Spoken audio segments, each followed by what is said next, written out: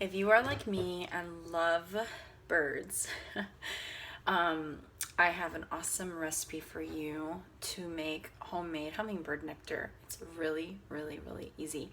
All you need is water and good quality sugar.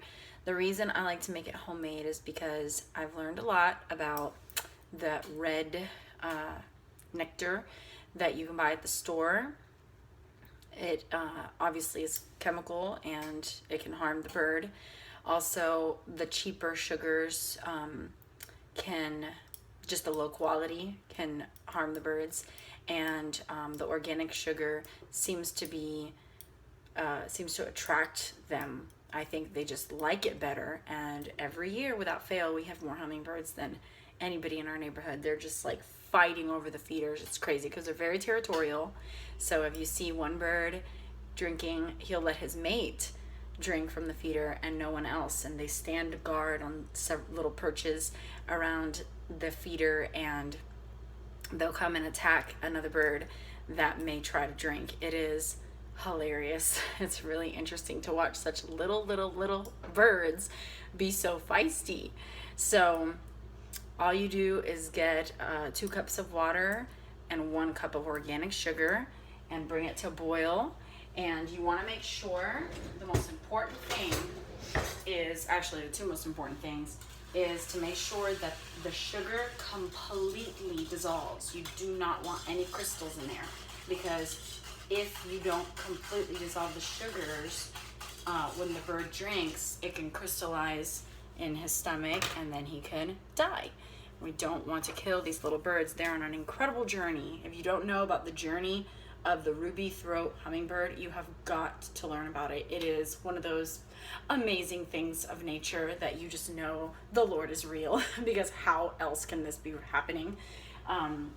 In fact, we go to a hummingbird migration festival every year and get to see the hummingbirds be measured and banded. We get to hear their heartbeats and hold them, and we release them as they continue on their migration to Mexico, which is amazing.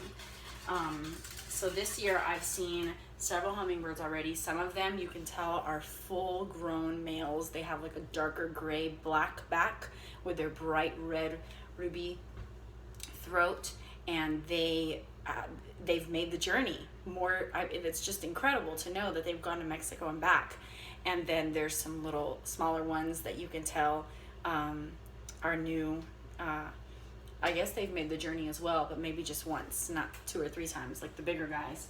So you want to give them good food as they load up all spring and summer. Get nice and fat. It's really cute towards the end of the fall, right before their migration. They start to really get aggressive around their feeders because they're trying to plump up for their long journey, because they won't eat the whole way. And so that's when the action gets intense. So I'm stirring this. It doesn't take much for all the sugar to dissolve. And then the second most important thing is that you let this completely cool before you fill up your feeders, so that you don't scorch the poor little birds' mouths. So this is completely dissolved. Let me show you. See, there's no trace of any little grains at the bottom. And it gets to like a little syrupy consistency, kind of like when you're making lemonade, and you boil the sugar with the water for a little while to get that syrup.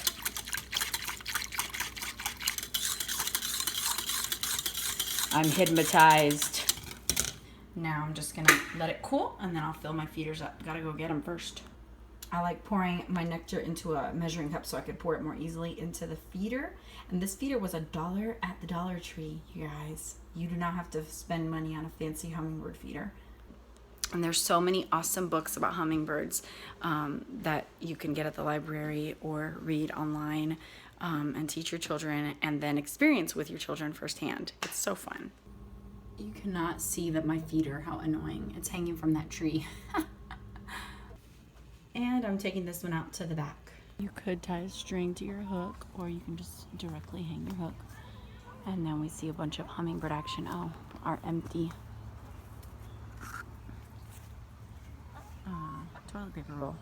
We put peanut butter and bird seeds all over it, and the birds went to town. So obviously it's the best to position your feeder to where you can sit and watch.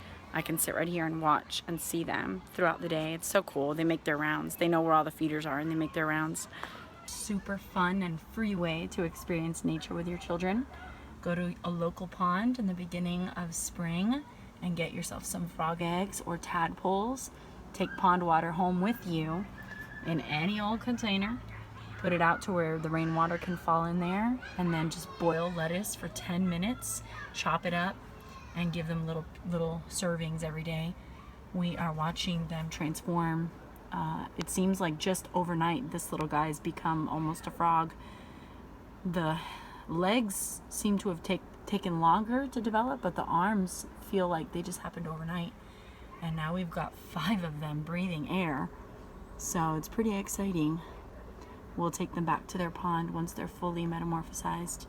This has been an amazing and very memorable experience. Just a few other things about tadpoles. If you get eggs, don't get like 100. That's what we did last year, and all of our tadpoles died because they all sucked up the oxygen in the little container we had.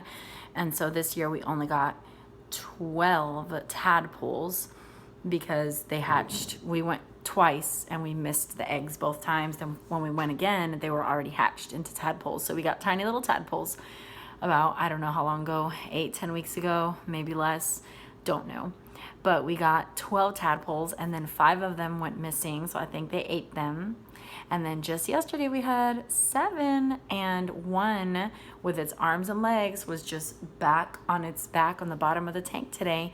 And I could see like a little chunk missing from his stomach. So I think they become cannibalistic because they're really territorial after a certain point. I put some bloodworms in there as well as their lettuce, and they're moving pretty quickly now towards the end, becoming full frogs. So I plan on taking them back to their home pond where I got them from once at least one of them is a full frog, and that'll be it.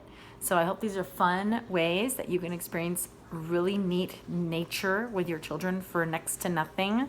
If anything, it takes a little time and planning, but it's so worth it. Enjoy.